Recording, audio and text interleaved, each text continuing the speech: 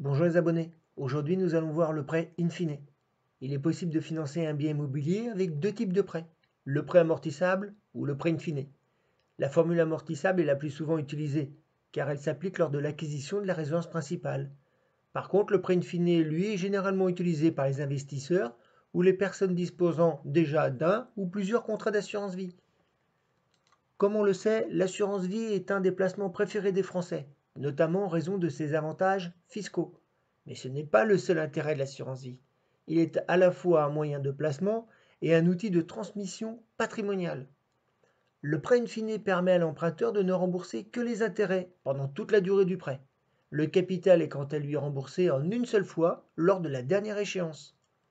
Évidemment, la banque exige plusieurs garanties pour accorder ce type de prêt, et un apport minimum de 10% est souvent demandé pour emprunter le capital.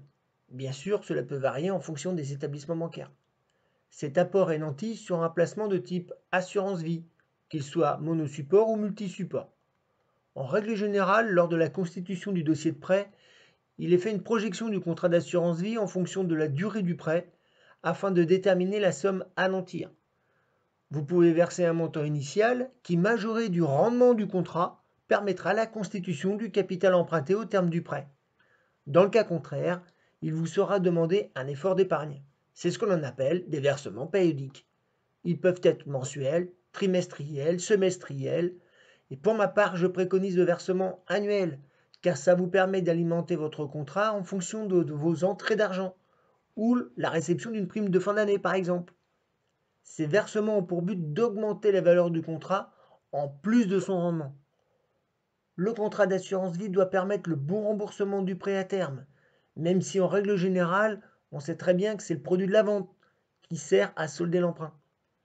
Le prêt in fine peut se révéler intéressant du point de vue fiscal, puisque les intérêts sont déductibles des revenus fonciers et permettent de réaliser une importante économie d'impôt. Le prêt in fine génère également le plus souvent un déficit foncier sur votre revenu global, puisque vous ne remboursez pas de capital à l'organisme bancaire. Il est vrai que le taux d'emprunt est toujours plus élevé que pour un prêt amortissable.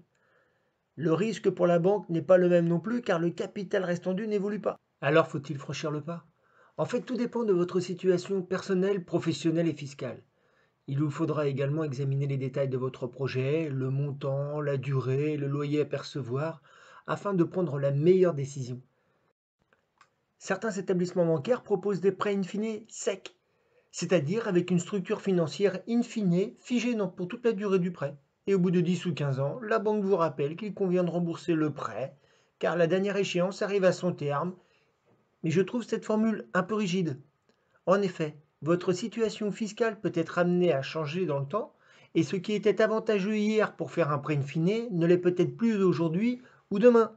Et en termes de gestion patrimoniale, je préconise l'anticipation et préfère un produit plus flexible.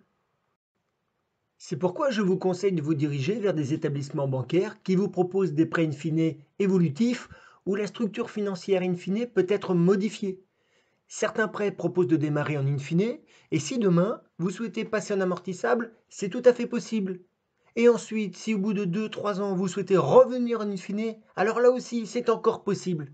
Je pense que c'est le produit le plus adapté pour tous ceux qui souhaitent faire un prêt en in fine. Cela permet au prêt de s'adapter à l'emprunteur et non l'inverse. J'espère que toutes ces informations peuvent vous aider. À bientôt les abonnés pour une nouvelle vidéo.